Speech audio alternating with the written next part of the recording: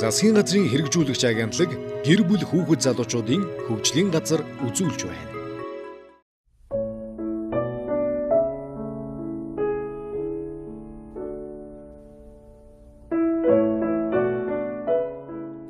Дунд сургуулийн 5 дугаар ангийн хичээл орж байна.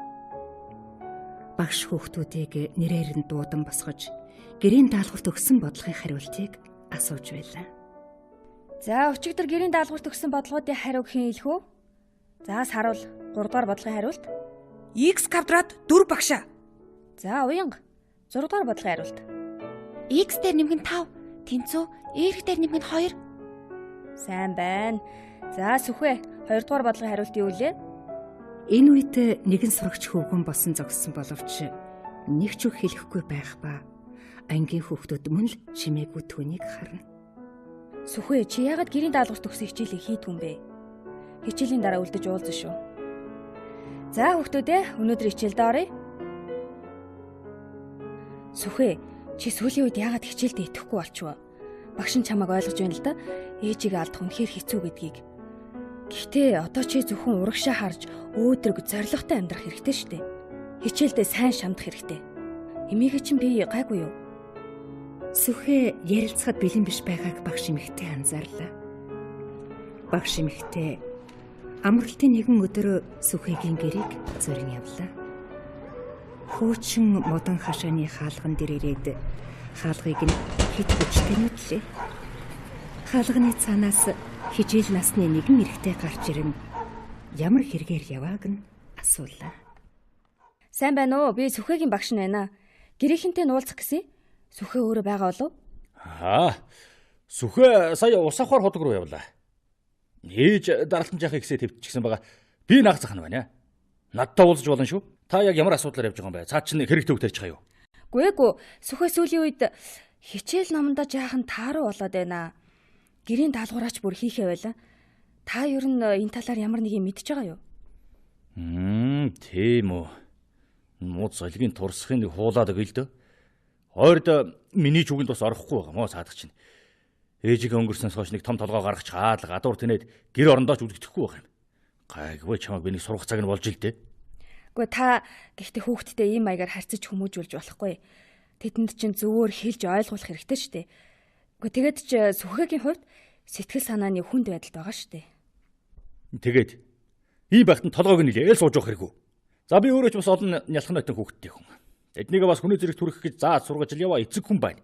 Адилхан загнах үедээ загнаж ойлгуулж л байна. Хүний хүүхдгээд илүүд үзээд байгаа юм ерөөсөө алга байна. Та өөрөө багш хүн шүү дээ. Хүүхэдтэй харьцах хэцүү л байгаа биз. Хичээл номон олигтойхон за мэдвүү. Бидний амьдралыг заахч яамаа байна зүгээр. Эрэхтэй ингэж хэлээд хаалга тас хаалаа. Багш эмэгтэй буцах замдаа тэрхтээ ус төрсөн Сүхэтэй таарлаа. Сайн уу Сүхэ? Усаа аваад явж байгаа мó?